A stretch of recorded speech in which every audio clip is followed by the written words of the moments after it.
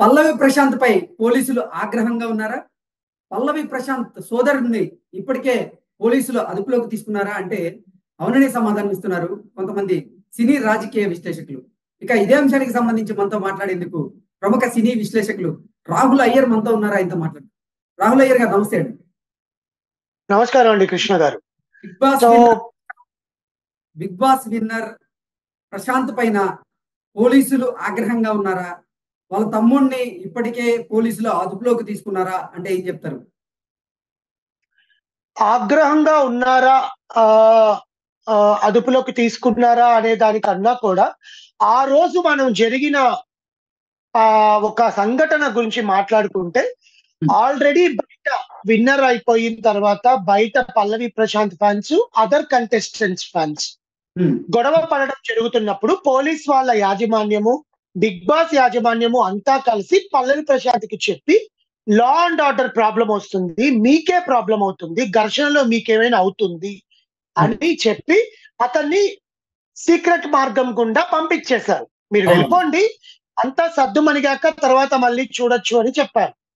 కానీ ఇతను అంతమంది జనం తనకి ఓటేశారు, అంతమంది జనం తనని చూడ్డానికి వచ్చారు అన్న ఒక ఆనందంతో మళ్ళీ ఆ ఓపెన్ టాప్ కార్ మాట్లాడుకొని కారులోంచి బయటకు వచ్చి తొడకొట్టి మీసం తిప్పి ఆ స్టూడియో ముందు చేసేసరికి అసలు ఎక్కడ లేదు. ఇంకా ఆయనే వచ్చి అటు ఎట్లయిపోయిందంటే, ఎవరు ఇది చేశారు, ఎవరు దీన్ని ఆ స్టార్ట్ చేశారు, ఎవరు ఎండ్ చేశారు అనేది పక్కన పెడితే, పల్లవి ప్రశాంత్ వచ్చి ఒక ఆమోదం లాగా తొడకొట్టి ఇలా చేసేసరికి ఆయన ఏమైనా ప్రేరేపించారా అనే దాంట్లో గొడవ స్టార్ట్ అయింది.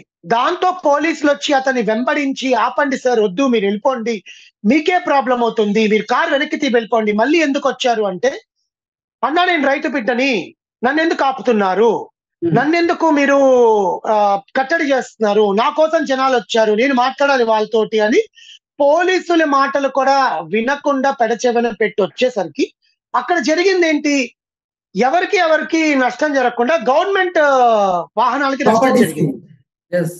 ప్రభుత్వ వాహనాలకి ఆ ధ్వంసం అయ్యేసరికి పోలీసులకి ఇంకా విపరీతమైన కోపం వచ్చింది. ఎందుకంటే నువ్వు కొట్టుకో, నువ్వు వెళ్ళి నీ ఫ్యాన్స్ తో మాట్లాడుకో, ఫర్ సపోజ్ నిన్నొక్కసారి లా అండ్ ఆర్డర్ పాడైపోతుంది, నీకే ప్రాబ్లం అని పోలీసులు చెప్పినప్పుడు, నేను ఇక్కడ పల్లవి ప్రశాంత్కి యాంటీ కాదండి, బట్ ఒక గవర్నమెంట్ ఒక ఆర్డర్ పాస్ చేసినప్పుడు నువ్వు ఒక కామన్ మ్యాన్, సెలబ్రిటీలే పాటిస్తారు, ఇప్పుడున్న సెలబ్రిటీలే ఆ రూల్స్ ని పాటిస్తారు బేసికల్ గా.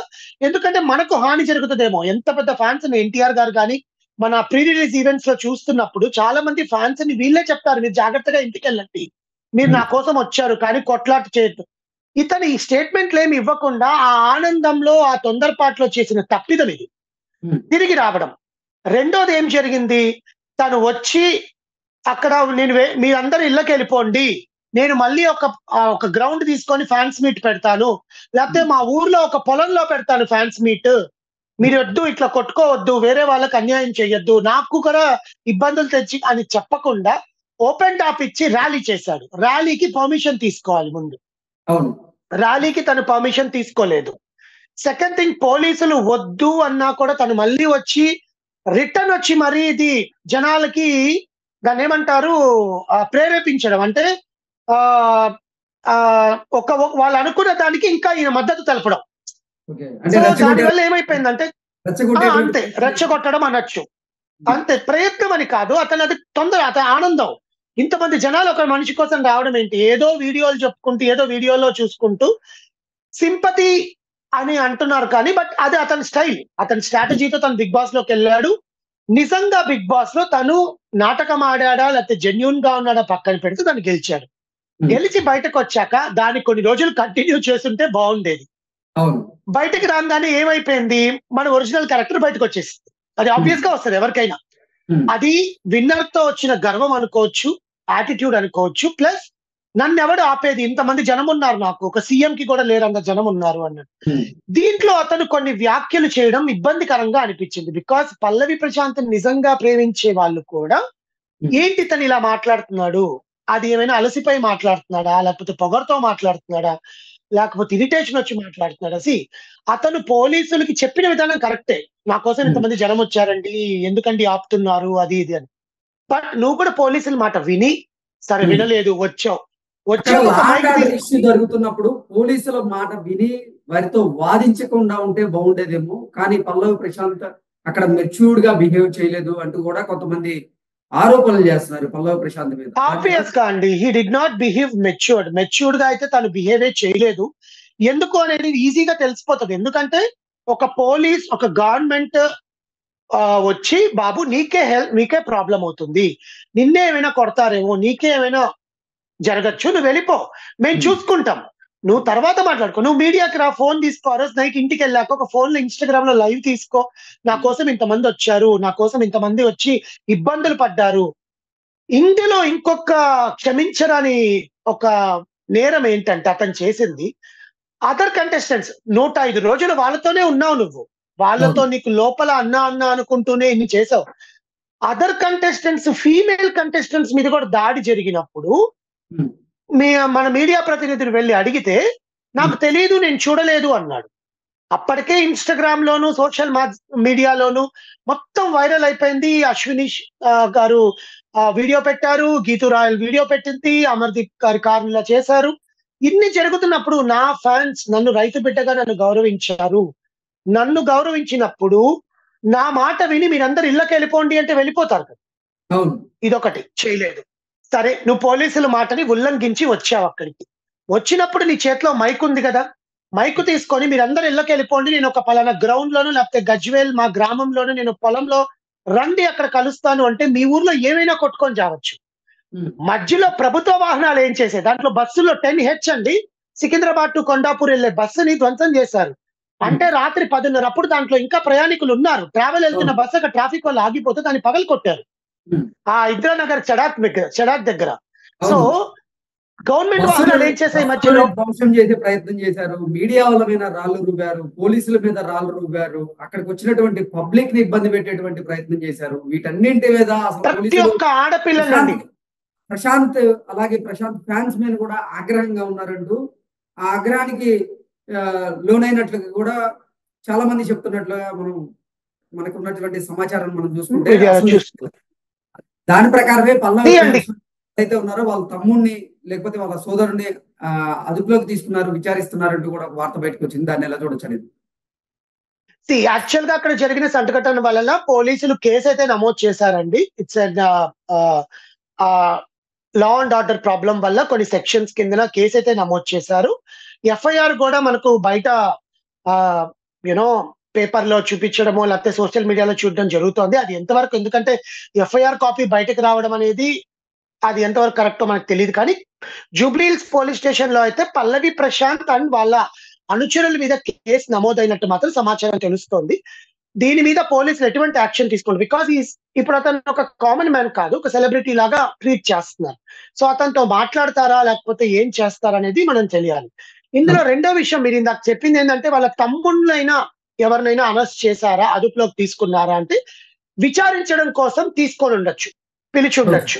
స్టేషన్ కి పిలిచి అసలు ఆ రోజు ఏం జరిగింది, మేము వద్దన్నా కూడా మీరు మళ్ళీ వచ్చారు, మీరే పక్కన ఉన్నారు, మీ అన్నకి ఆనందోత్సవం, మీ అన్న గెలిచాడన్న ఆనందంలో ఉన్నప్పుడు మీ అన్న ఏమైనా చేయొచ్చు, మరి మీరెందుకు అడ్డుకోలేదు అని వాళ్ళని కూడా హెచ్చరించే ప్రయత్నం చేస్తుండొచ్చు.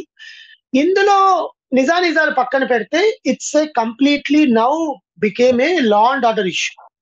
అతను గెలిచాడు, అతని ఫ్యాన్స్ కొట్టుకున్నారు, అవతల ఫ్యాన్స్ కొట్టుకున్నారు పక్కన పెడితే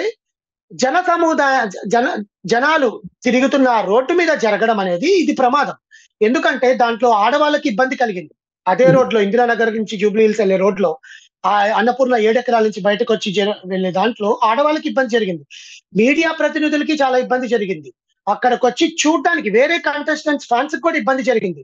ప్లస్ చాలా మంది డైరెక్ట్ గా మీడియా ముందుకు వచ్చి పలు మైకులు పట్టుకొని మేము పెట్రోల్ తీసుకొచ్చాము, అన్నపూర్ణ స్టూడియోస్ ని తగలెట్టేస్తాము, ఇక్కడ జనాల్ని తగలెట్టేస్తాం అనేది కూడా it's obviously it's a fear. ఒక జనాల్లో భయం అది. దానికి పోలీస్ ఖచ్చితంగా యాక్షన్ తీసుకుంటారు.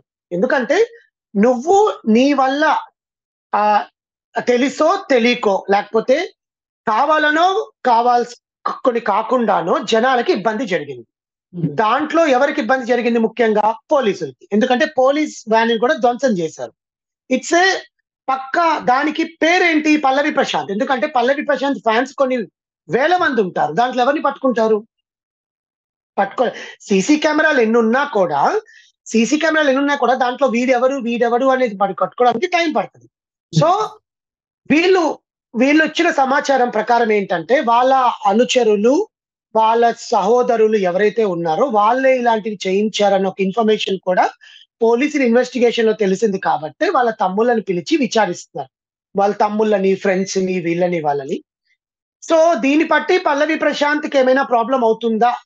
ఆయనేమైనా దీనికి స్పందిస్తాడంటే ఇంతవరకు ఏ సోషల్ మీడియాలో పోలీసులకి తను అపోజిట్‌గా మాట్లాడానన్న దాని గురించి కానీ, పోలీసులతో గొడవ పడిన దాని గురించి కానీ, తన మీద కేసొచ్చిందన్న దాని గురించి కానీ సమాధానం చెప్పలేదు. ఒక్క బయట మాత్రం ఇచ్చాడు. గజ్వేల్‌లో ర్యాలీ జరుగుతున్నప్పుడు ఎవరో ఒక మీడియా ప్రతినిధి అడిగినప్పుడు పోలీసులు మీ మీద కేస్ పెట్టారంట కదండీ! ఎంతవరకు నిజమంటే, నా మీద ఎందుకు కేస్ పెడతారు? వేరే పొలం కాలిపోతే నా మీద అంటే గవర్నమెంట్ బస్సు కాలిపోతే ఈయన మీద ఎందుకు కేస్ పెడతారు? బికాస్ ఆఫ్ యూ ఓన్లీ కదా! సీ ఒక మీడియాతో మాట్లాడేది కూడా తనకి తెలీదా? అంత గర్వంలో ఉన్నాడా? అని నిజంగా ఫ్యాన్స్ కూడా మాట్లాడుతున్నారండి. అతని ఫ్యాన్స్ కూడా అలాగే మాట్లాడుతున్నారు. సో చూద్దాం. కానీ వాళ్ళ తమ్ముడినైతే అదుపులో తీసుకున్నారనడం కన్నా విచారించడానికి పిలిచారు అనుకోవడం మాత్రం కరెక్ట్.